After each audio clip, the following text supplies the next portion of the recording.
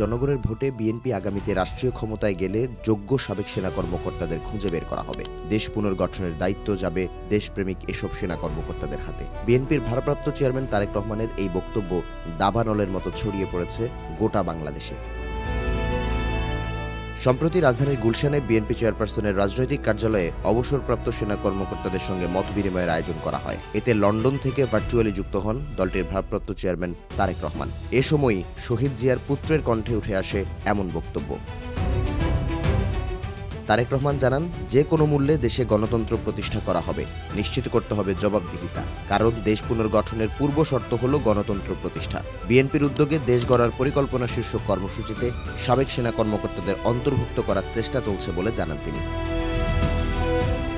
সেনাবাহিনীর সঙ্গে জিয়া পরিবারের সম্পর্ক অত্যন্ত আন্তরিক জানিয়ে মিস্টার রহমান বলেন, অসুস্থ অবস্থায় বেগম খালেদা জিয়া সেনাকুঞ্জের অনুষ্ঠানে গিয়েছিলেন।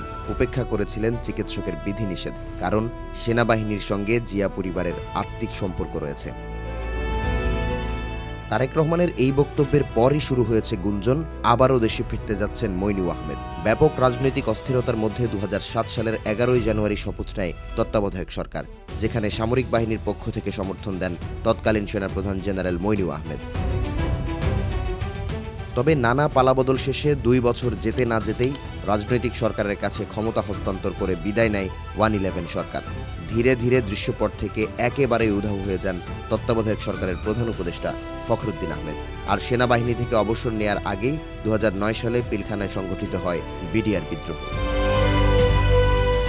স্বাধীন তদন্ত কমিশনের প্রতিবেদন বলছে, 111-এর সময় শেখ হাসিনাকে কারাবন্দী করায় মইনু আহমেদের ওপর আওয়ামী লীগের ক্ষোভ ছিল।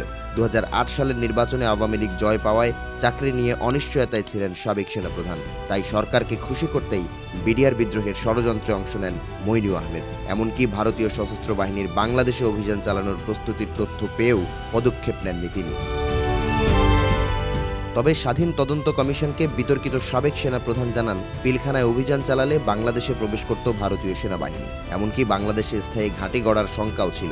সত্য গোপন, দেশপ্রেমিক সেনা কর্মকর্তাদের চাকরিচ্যুতি ও অপরাধীদের পলায়নে সহায়তা সহ বেশ কিছু অভিযোগে মইনু আহমেদকে প্রতিবেদনে দোষী সাব্যস্ত করা হয়। গণমাধ্যমের তথ্য বলছে, বর্তমানে ফ্লোরিডার পাম বিচে সপরিবারে অবস্থান করছেন তিনি।